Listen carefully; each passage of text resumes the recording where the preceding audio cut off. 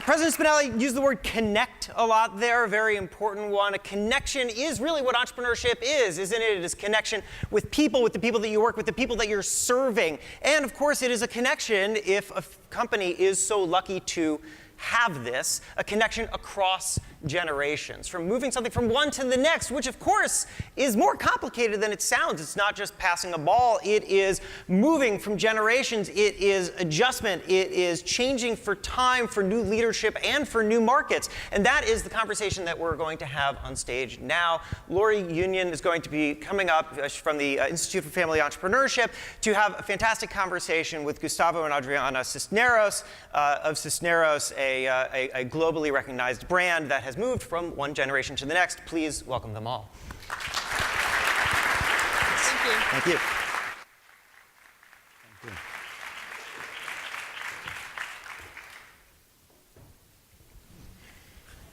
Hello and welcome. Thank you.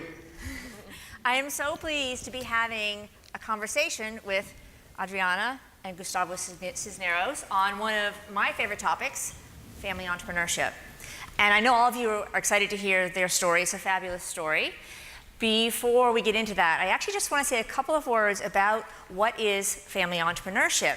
Because typically in a conversation like this, we would be talking about family business. So why am I using these words family entrepreneurship? Well, family entrepreneurship means something very specific here at Babson. And I'll tell you why. Family business is really ultimately a topic about a business. It's a topic about how families impact a business that they control. Family entrepreneurship is actually a topic with a different focus. The focus in family entrepreneurship is on the family. So in family entrepreneurship, what we're doing is we're looking at how a family, through the quality of their relationships, through their values, through their legacy, can create economic and social value across generations and time. Now this is important because entrepreneurial families drive 70% of global GDP. So here at Babson, we see a tremendous opportunity for us to have a global impact by supporting and inspiring families to be able to create growth and positive change. And there are no better examples of a family that has done that than the Cisneroses. Thank you. So, Gustavo, you're a legend here at Babson and many other places as well. I'm not sure if many people know that you actually became CEO of the business that your father started when you were only 25 years old. So I'd love to hear more about what that was like and what led to that moment when you took the leadership role at such a young age. First of all, thank you very much for having us. Adriana and I are delighted to be here. And second, of course, thank you to everyone for coming here, and to all the staff, and to the president, to three presidents who are here. And it's been great coming back, and of course, even better coming back with Adriana. So thank you very much.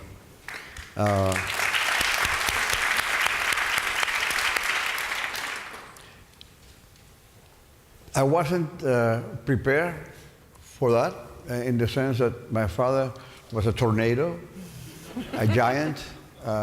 People who were here who knew him, he was a larger-than-life personality, a tycoon, you would call it today. Well, a real one, and good heart. He had a stroke, and when he had a stroke, things changed. I was 23, and I had already talked to him how we were going to go about it a few years later. But right there, at that particular moment, we didn't have any plan. So I took over immediately Venevisión, and we had very good management. That was the TV network. And thank God that helped immensely. And then I was able to move the partners around with the idea, because they were not going to be happy with me. Yeah. You know, I was young, untested, who knows. But anyway, we were lucky in that sense. We got it together, and that was, Pepsi Cola was the largest business combined in Venezuela because they had immense capacity of distribution and advertising and marketing, and he had many other businesses inside. So together with my cousin Osvaldo and my brother Ricardo, we were able to do that. It took a few years to consolidate, so it worked. It worked very well. No planning, but we had an idea. And my father always was my advisor, because even though he was sidelined, we always spoke to each other every day. Like your mother, who is here. Yes, my mother is here in the audience.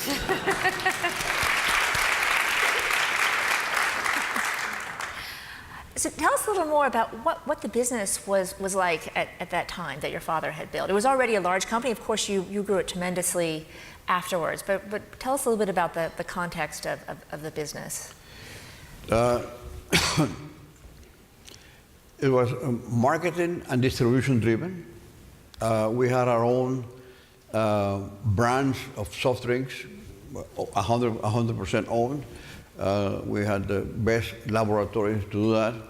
So 50% of our bottling business was our own brands, which gave us a great independence from Pepsi-Cola. And really the profits came from those brands, and there was a project very tied to my father. He believed in that. At a particular moment where PepsiCo said, no, only Pepsi, Pepsi, Pepsi. Well, we went our own way, and thank God we were completely independent of PepsiCo because of that. But of course, then when he founded Venevision, it was a bankrupt company. It had been taken over by a leftist union. He took it over. It was a complete different business, different world. I loved it in the sense that it really was a window into the world, and it was Hollywood. It was all the glamour that Venezuela didn't have, but that business had. Tough business. Competition was time, life. Competition was my own family, Phelps, which I married later into. Tough family, good family. So that was the ambience. Were we successful? Tremendously successful. We took those two companies, made it into the largest two companies in Latin America, immediate. And then that gave us the basis to go international. And so obviously the business that you took over at age 25 was quite a large company.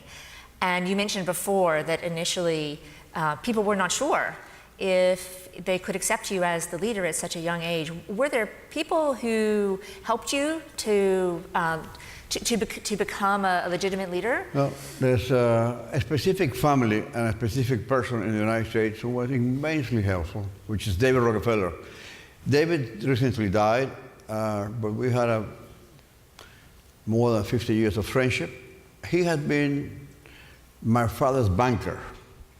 Much younger than my father, but he was Banco Mercantil, was Chase Manhattan there.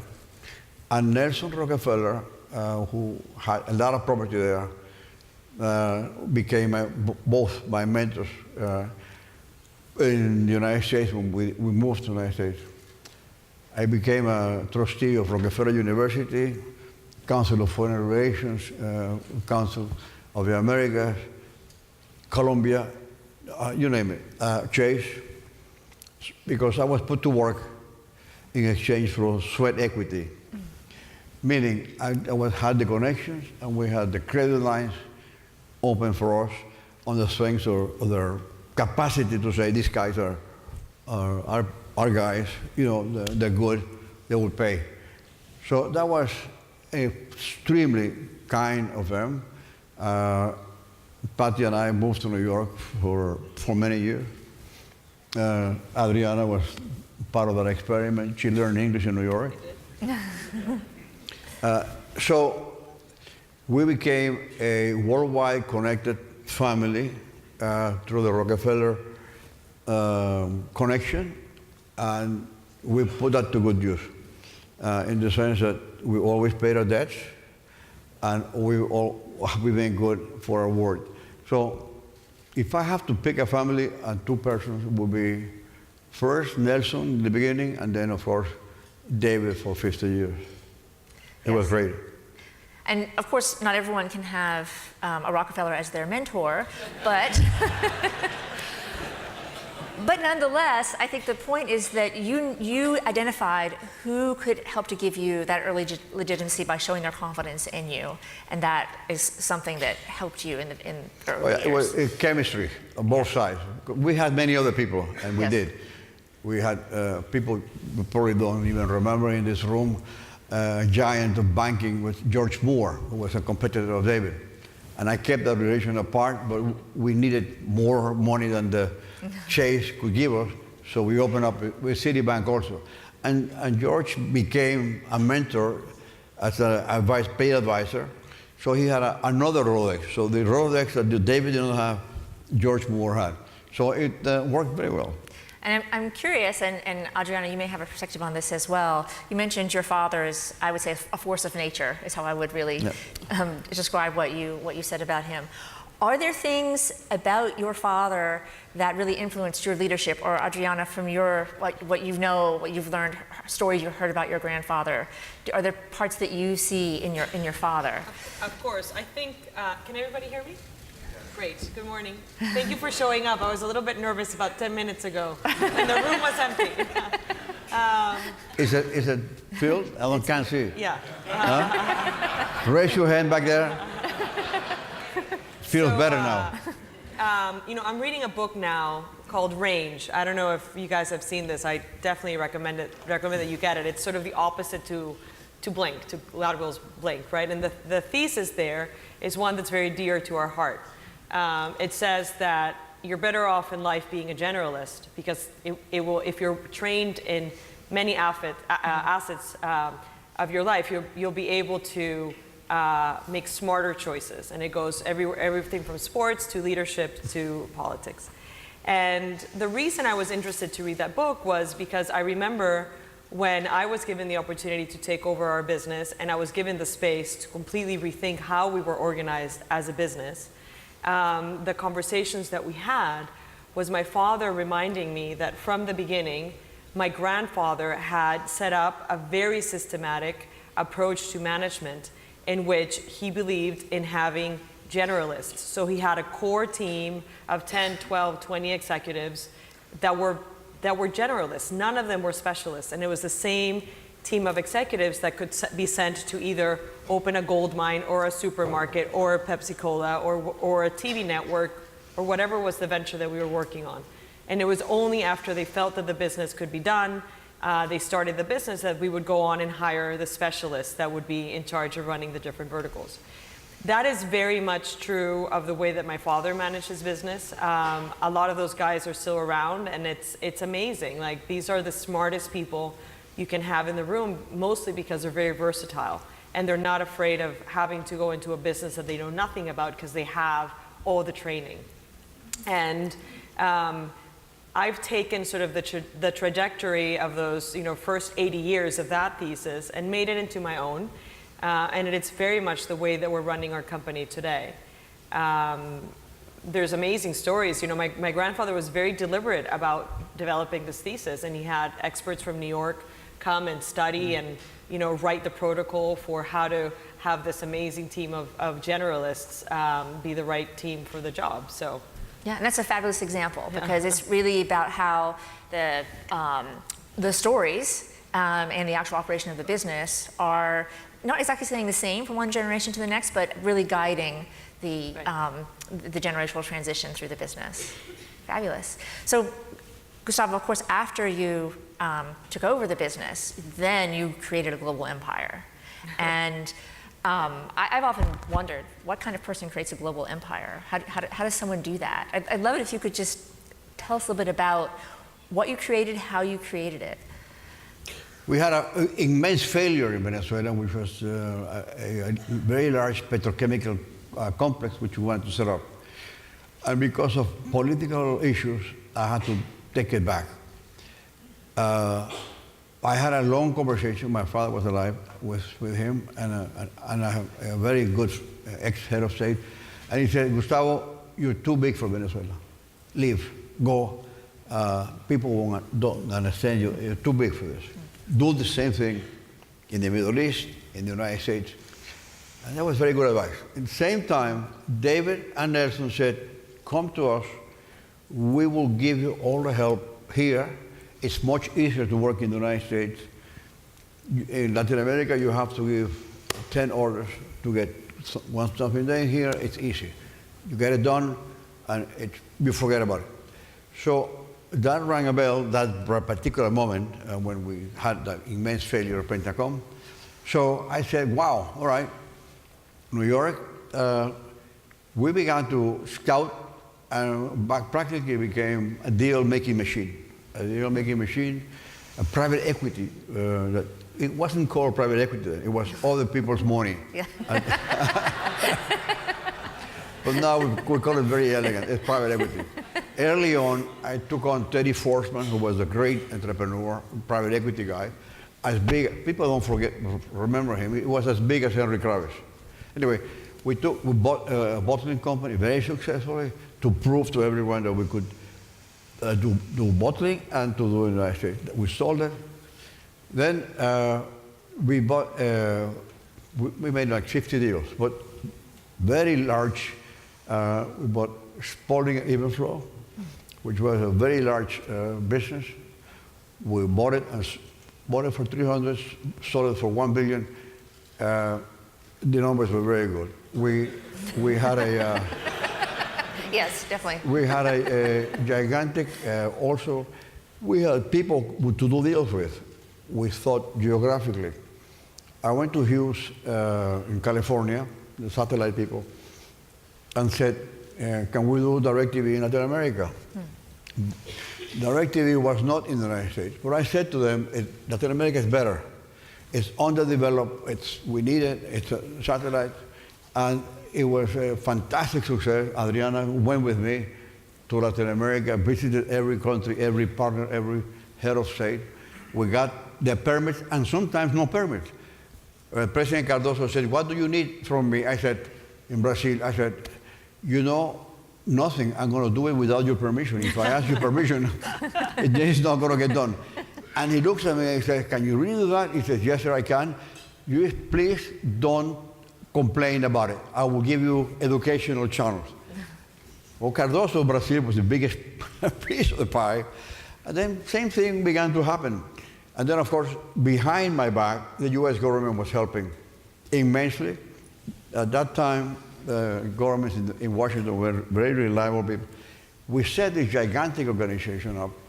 Adriana was a witness to that, with people with brains, internet in Latin America. It was a dream.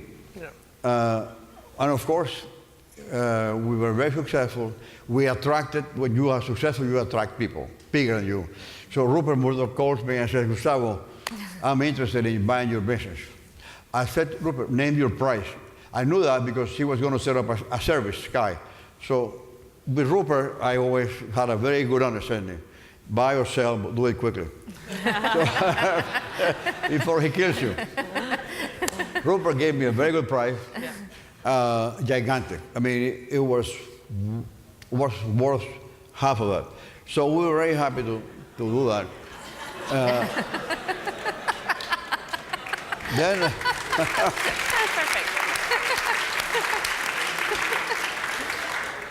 then I was extremely interested in television in the United States in Spanish. It was the most underdeveloped market in the whole world.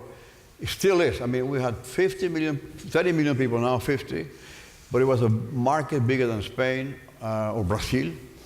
We bought a company called Univision from Hallmark. Hallmark was the greeting card. Yeah. They had no idea what they were doing. I went to visit them. I said, let me take this off your hand. They were happy to talk to me, let me tell you. They were bleeding. And not much competition because no one wanted that business. They didn't know what to do with it. I got Emilio Azcárraga, El Tigre, a famous tiger from Mexico who owned the TV network. They said, I need your programming for free. I said, what do you mean? Yeah, we're going to buy Univision. The company doesn't have money. We have to give it for free, and we get 50% of the sales. and I'm going to put my own program in also. So I did that.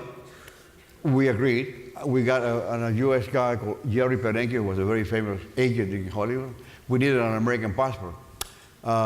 If I had thought back, I would have been that American, but I had Adriana. But I was 10. 10. So we put together that. It became radio, it became internet, it became record, it became the largest, bigger than CBS, NBC, or ABC by itself. We put $300 million, three of us.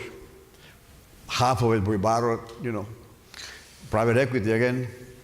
And then Chase Manhattan again. We sold it for, Steve here, $13.5 billion. And we sold it because, we had to sell it. It's that kind of, I wish I had kept it because the people who are now running are not doing a very good job. But, sometimes when you run other people's money, you have to give back. So we took the money. That was a pretty nice profit, though. Yeah, it was okay, yes. It was okay. So we I think, did a lot of good in that business. We created a gigantic market. We gave it unity to the Hispanics because there was no unity really. So we did it successfully. We ran that from California. It was a very, very wonderful experience. So between Univision and DirecTV, in between, we had Spalding, big deals. And already Adriana was looking at this and saying, I want to be part of it. Really? I think so. We were slowly roping you in. Yes. So somehow you've made your story seem, I wouldn't say not easy, but we can sort of see how you did it. But yet, of course, it's unbelievable what you did. And I'm curious, Adriana, are there qualities about your father that you would say, because what he did is unique. Are there qualities about your father that you think allowed him to be able to achieve that? Well, I mean, if my father thought that his father was a tornado, what I have as a father is an entire storm system. It's like there's a new tornado every week.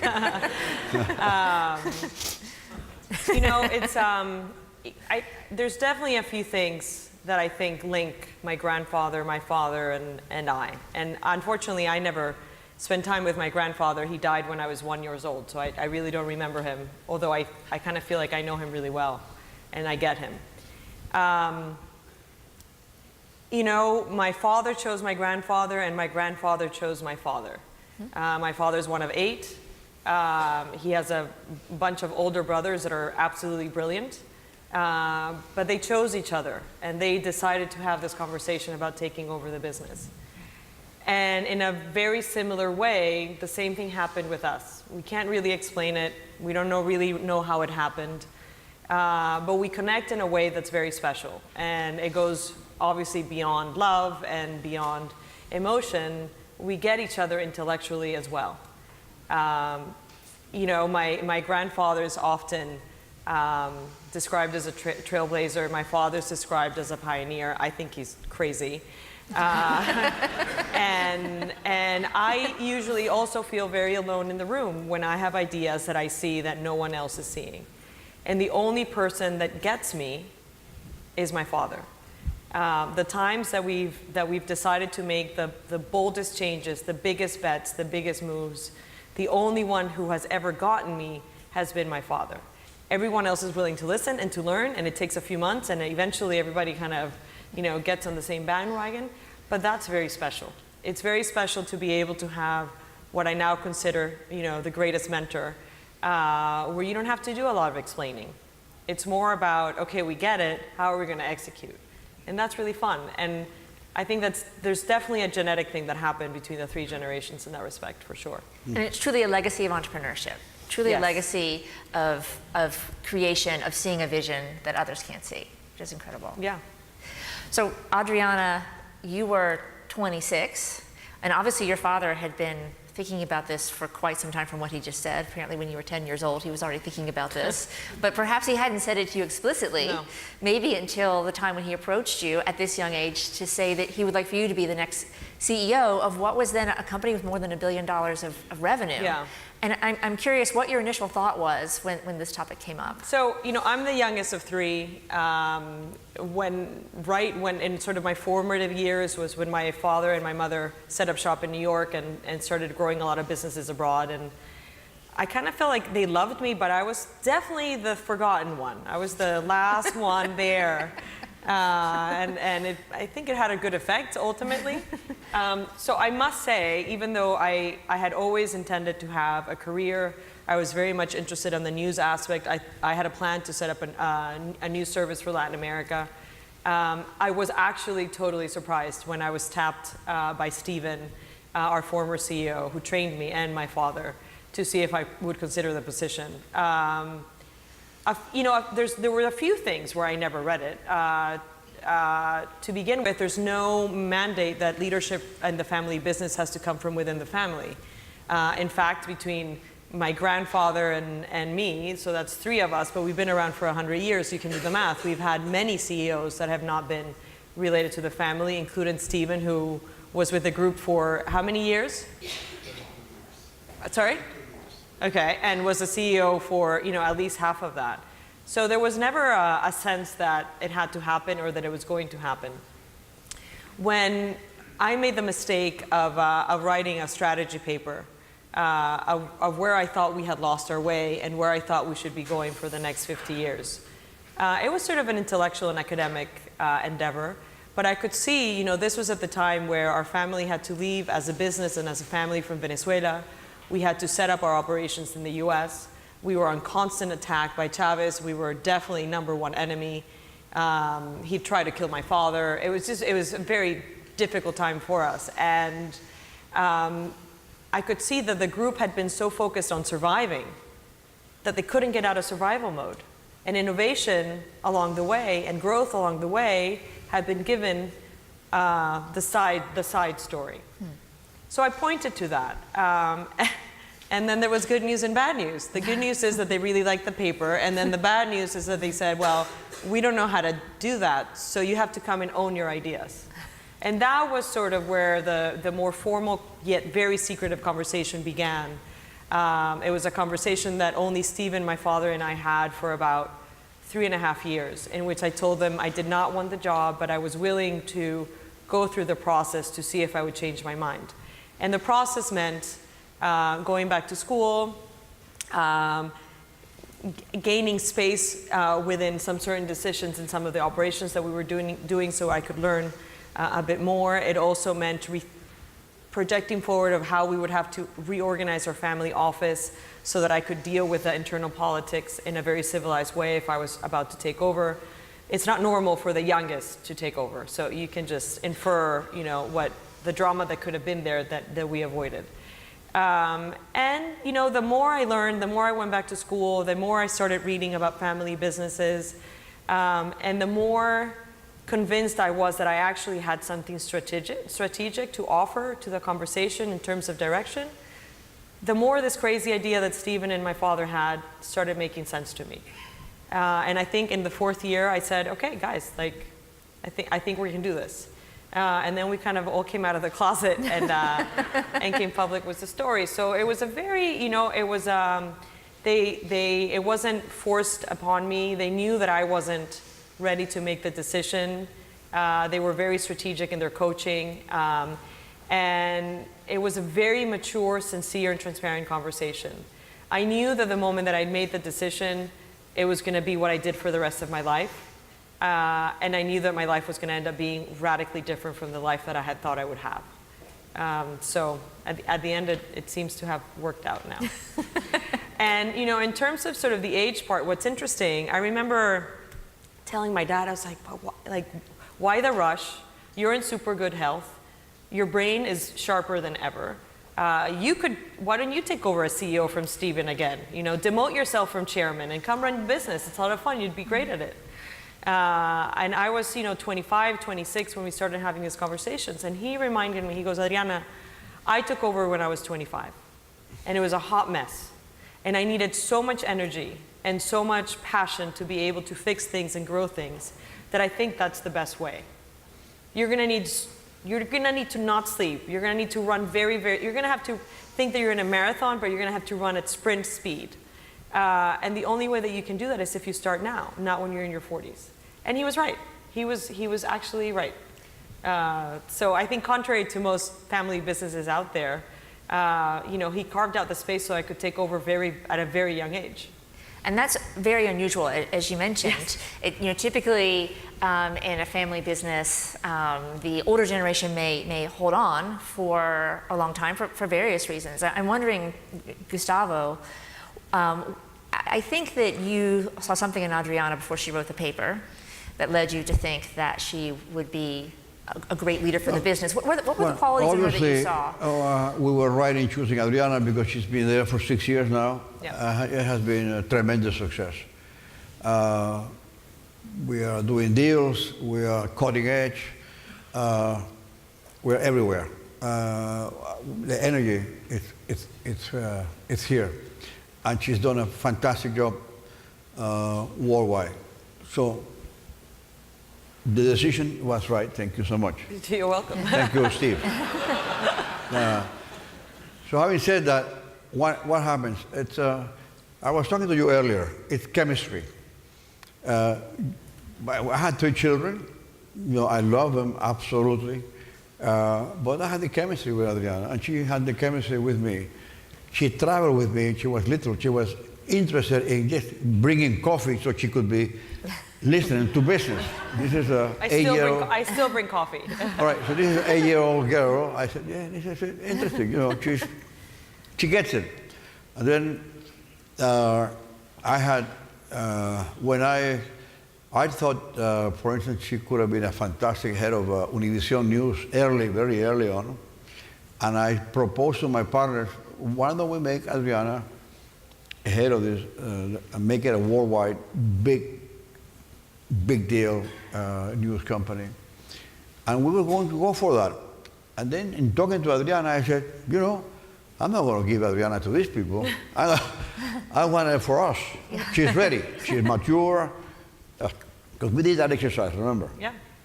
So she's willing to learn. And we've been right. So, for instance, not only was she, I'm a fanatic for details. She's more detailed than I am. I'm a fanatic about writing good memos. She's the best memo writer I've seen. I'm a fanatic about on time. She's always there. Today, 5 minutes before I did. Always like that. So at the end you say, she gets it. Thank you so much. Thank you for being a good teacher.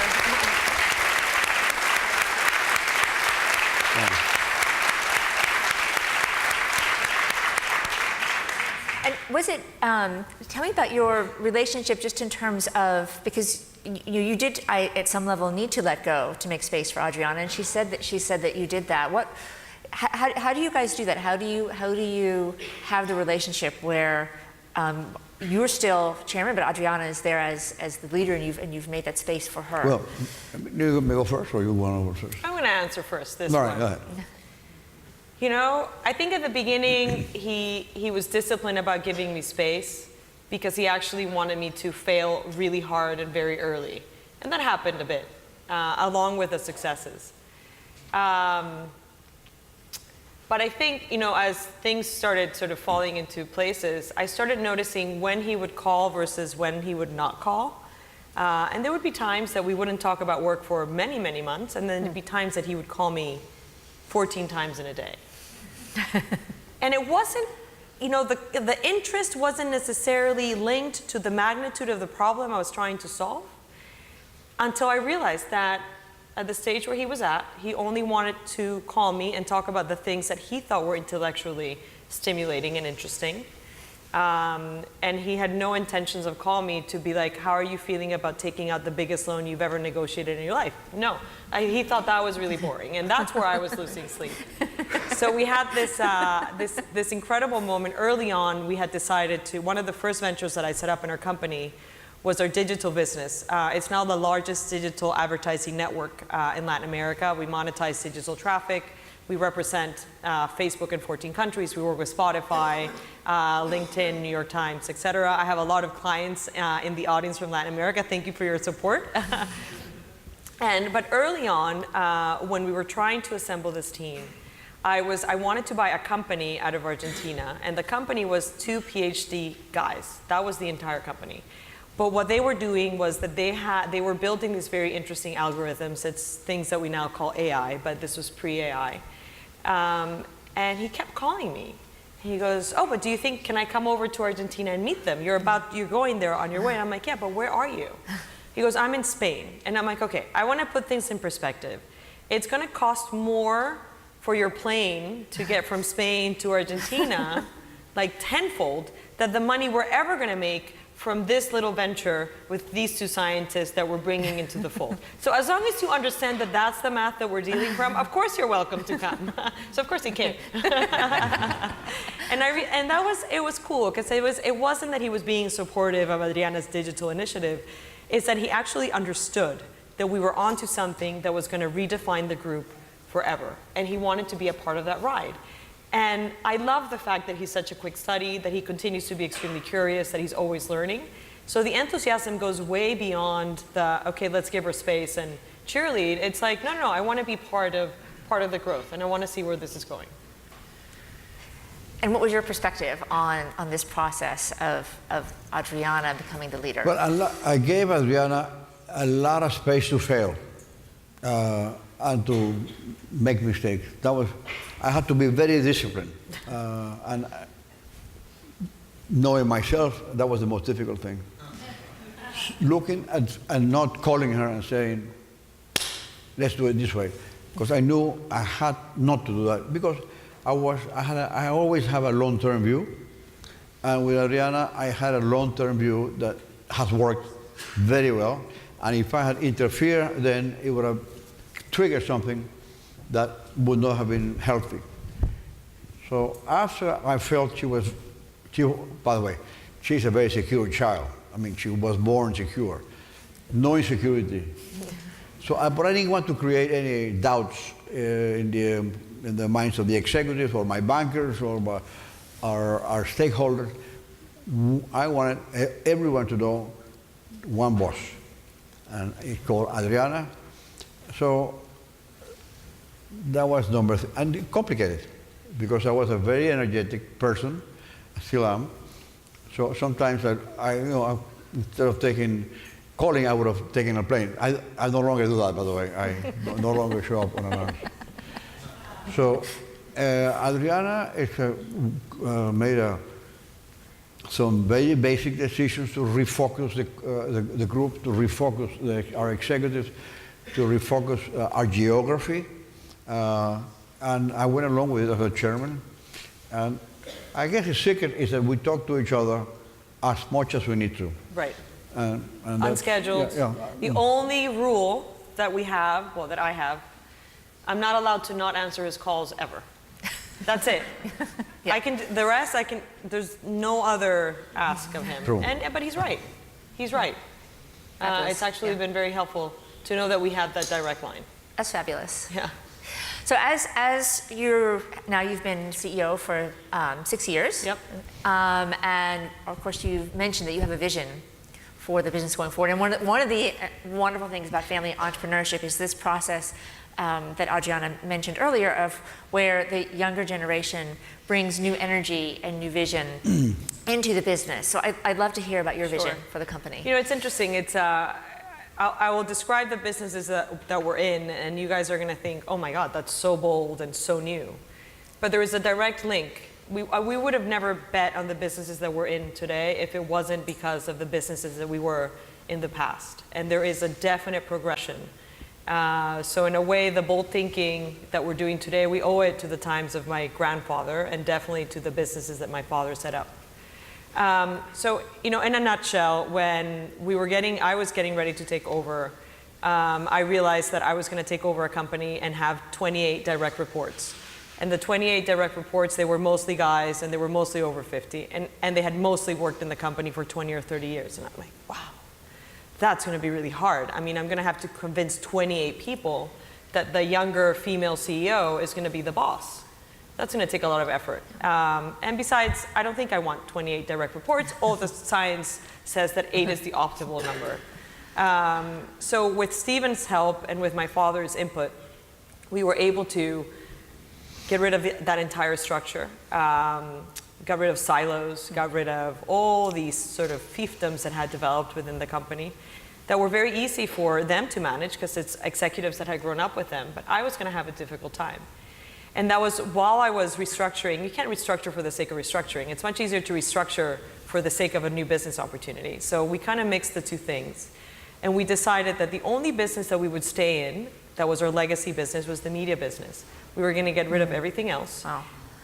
And we were going to start 2 brand new divisions. So we started our digital division, and then we started a real estate division. The digital division, which was what I was referring to, the ad network, began because from studying our success with Univision and the amount of money related to advertising for the Hispanic market in the US, we realized that there was no one specialized in digital content for the Hispanic audiences. And that seemed very strange for us because in the United States, Hispanics have always over-indexed in terms of their digital behavior and consumption. That was true from the early days. We realized that there was no agency specializing in the digital Hispanics, and in the big agencies that in the past had teams, maybe had one person in the corner. And we're like, wow, well, that's a lot of money that's being left on the table. That's crazy. We could see the thousands of views that were being generated from our content that wasn't even being posted by us in the US. So we decided to do something about it. And because we were going to do it in the US, and as you know, the digital world has no boundaries, we're like, you know what? Why don't we go and do it in Latin America? And let's go pan-regional from the beginning. So, I moved to Miami. It was 2 of us at the beginning, this amazing guy called Victor Kahn. We got on a plane, and the first 6 months we opened, 10 markets. And at the beginning, there were definitely digital pennies was the word that we were using in Latin America, but there was proper dollars being done in the US already. And we were lucky that we could use the cash flow we were generating in the US to, in a way, help us launch our Latin American business. Latin America has leapfrogged. We knew that this was coming. And we've now built, a very successful business around that. That wasn't particularly new. So there was definitely the evolution of from Univision to digital content. But I also remember these incredible stories of starting with my grandfather with Pepsi, but then also of my father, of bringing great American brands to Latin America successfully. So my father was the one that brought Apple computers to Latin America. He brought Burger King. They had, Pepsi Cola and everything that came with it. There was a lot of really, my grandfather had brought Ford motor vehicles. And so, that was a big part of the storytelling when I was growing up. And I'm like, okay, well, why don't we do the same thing with Facebook? So we pitched Facebook. At that point, Facebook did not work through resellers. So they only monetize advertising in the countries where they had their own operations. And I'm like, well, you guys are leaving so much money on the table. How can you be so big and have so little presence in Latin America? And I went to pitch. We were so new that we weren't even invited to be part of the RFP. We found our way. We were the last people they interviewed. And the only way that I could explain to them why I thought we could do a good job was by telling them about our history and representing great American brands in the region. And we won. And it was sort of a very honest and transparent pitch. And it was cool. At that moment I realized that the world had changed. And that even the youngest of companies, when they become grown-ups, they realize that having a partner that's been around for 100 years is not a bad thing. It's actually pretty cool. So there's a lot of, I do think that it's all a continuation. We're working on a really cool new project now. I get the shivers just thinking about it. I really think it's probably the most important project I'll ever have a chance to work on. And if we get it right, it's probably going to be the project that will define our business group in posterity. Wow. And it's a project that I would have never been able to dream of or think of or been able to do had it not been for the deal that my father did when he put the DirecTV operations on in Latin America. So my father made a reference that I was sort of part of that deal. I wasn't. I mean, I really was 10, 11, 12, 13. But something strange happened that by pure chance, a few of the times that he went on these big trips to launch DirecTV, I happened to be in spring break or in break from school. And only me, not my older brother, not my only sister. They were in different schools. So one trip that I went, we went to a different city in Latin America every day for 2 weeks straight, where he was signing with the local partner for the DirecTV deal, the contract, and there was a press conference. And each partner was in charge of receiving the satellite signal and distributing it to the clients. I went on that trip, and that's how I actually got to know most of Latin America for the first time. And a couple years later, when we were launching our satellite in Cape Canaveral, it also coincided with like President's Weekend. And I flew down from Deerfield Academy where I was, and I got to hold my father's hand as we were launching a satellite. The odds were terrible. Insurance itself was $600 million. And there was a 40% chance that the satellite would never make it into orbit. And if it didn't make it into orbit, there was a 2-year waiting list to be able to order a different satellite. So I think that's the most stressful and exciting moment we've ever had as a family. Yeah. It was crazy. And I was small, but I did become extremely interested in satellites after that. And then I started really following the evolution of satellites into nanosatellites, and being fascinated by this notion that a field that was then only accessible to a very few and mostly all regulated through NASA had suddenly become democratized, where anybody who's here, if they want to play in space, they now can. So this new company that we have is called AST & Science. It will be the first company to provide direct-to-device satellite communication worldwide. Direct-to-device meaning any old phone, 2G and forward, will be able to connect directly to a satellite and have connectivity. So we will literally be the ones that connect the world. Connectivity will no longer be a socioeconomic issue. It will no longer be a political issue. And no one's ever going to have to build another cell phone tower again. So it's pretty exciting. And when I met my partner, we have bankers in common who knew that I liked satellites and said, hey, we have a new client and we're raising $800 million. And I said, well, shit, I don't have $800 million right now. I also don't have $400 million, but he's Venezuelan, he's in Miami, he's into satellites. I want to be his friend. Can he come over for 10 minutes in between meetings? And of course, I brought him over. And in about 2.5 minutes, we decided that he was not raising $800 million or $400 million, and that we were coming in pre-Series A as his partners to help him with strategy. The 2.5 minutes only happened because I had context. I knew how we had done it in the past. I knew how my father had launched the DirecTV business. And my partner could see that there was so much value in that knowledge that we were bringing to the table that he was very much willing to rethink his whole strategy and bring us on. And I have to say, right now it feels like the most even partnership I have ever been a part of. My partner, who's an engineer and is brilliant at being an engineer, has utmost respect for what we bring to the table in terms of strategy and deploying a worldwide business venture. That's amazing to hear about your vision for the business and the satellite venture. That is incredible. Yeah. And also to see the direct line from Diego to Gustavo to you is just incredible. Yeah. One of the things that you mentioned was the fact that this satellite business is going to give access to anyone without regard to socioeconomic position, right. Access to satellite. And I know that corporate social responsibility is something that's important to you. And as I mentioned in the beginning, one of the beautiful things about entrepreneurial families who are driving the 70% of global GDP is the opportunity to be able to create social and economic value. So I'd love to hear about your vision in that regard. Yeah, so I grew up in a household where my parents were true partners.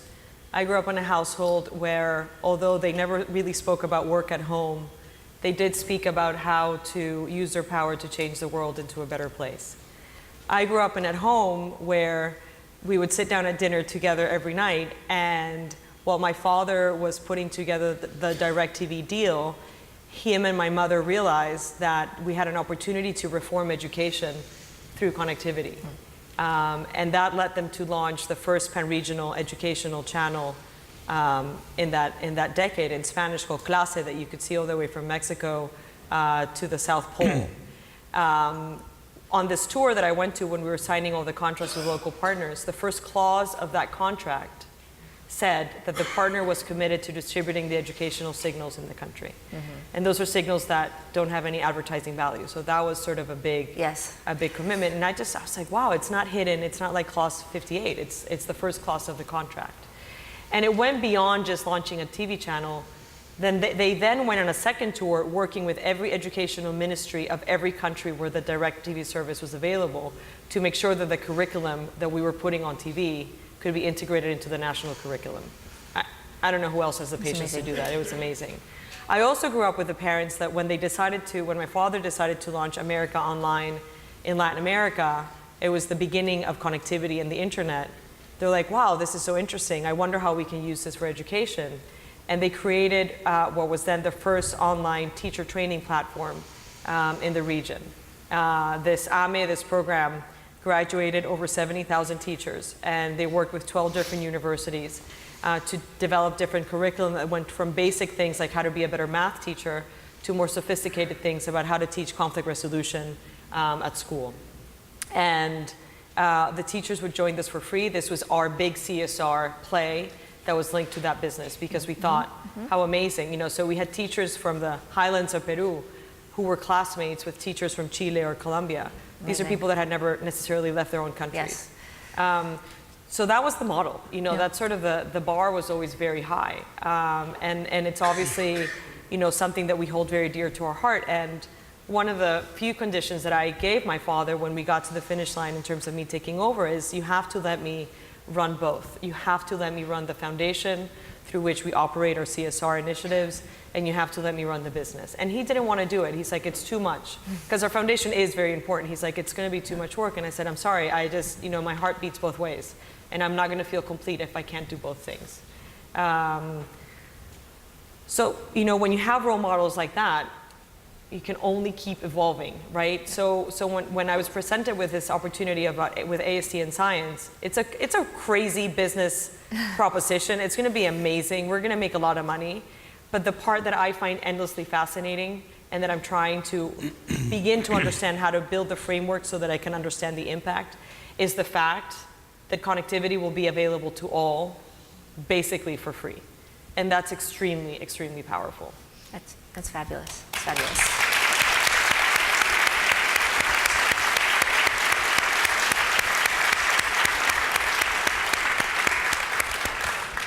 So you mentioned briefly, very briefly actually, the idea of being a young female leader and in a family business. So there recently was a study by EY that showed that female leadership in very large global scale businesses is about 50% more prevalent in family businesses than in non-family businesses.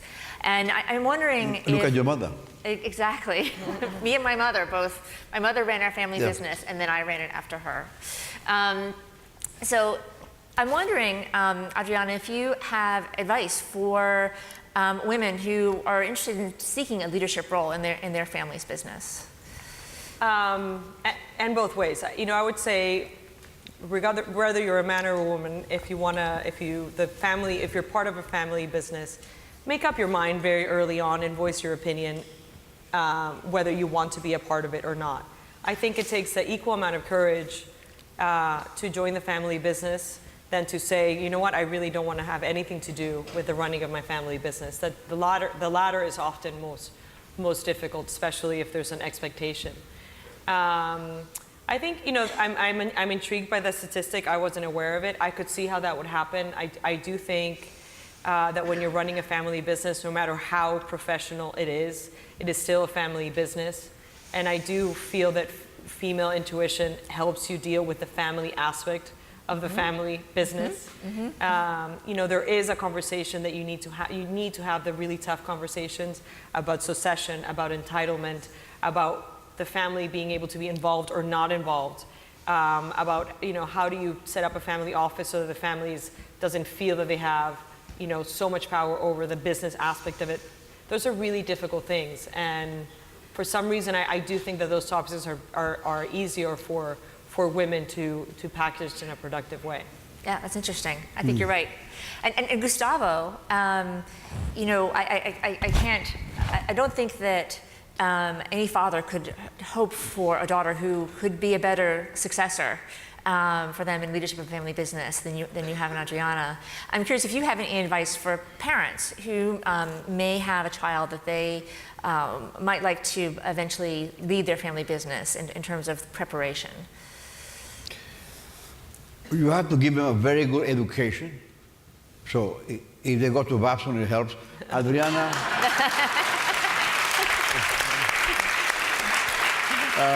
chose another path, but it worked out all right. She had to go back to Harvard afterwards. So, no, I made a choice not for my kid not to go to Babson on purpose. I was too much of a shadow at Babson, you know, and I never encouraged Adriana to go to Babson. So now she's back. It's better. Now I'm back. A very good education. I would do it in the United States with European and South American components. I would switch a little bit now. I would do heavy engineering. I would do business engineering together. I think that's more of the sort of people we need, and Adriana needs that sort of people, you know, more than ever. So that's going to be a gigantic field. I mean, we're thinking, you know, this company will hire 1,000 engineers, you know, very soon.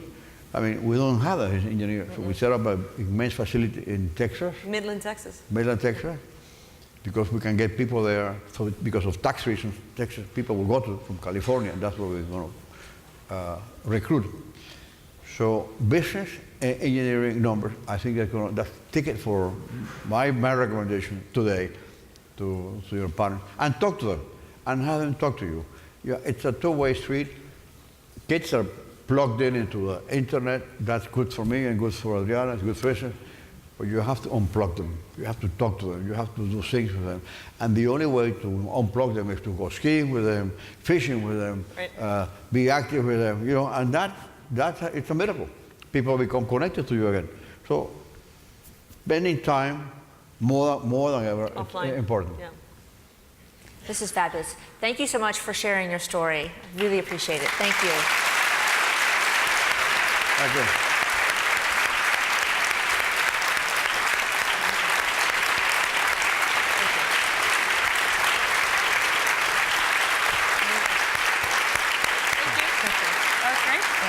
Thank you very much. Thank you.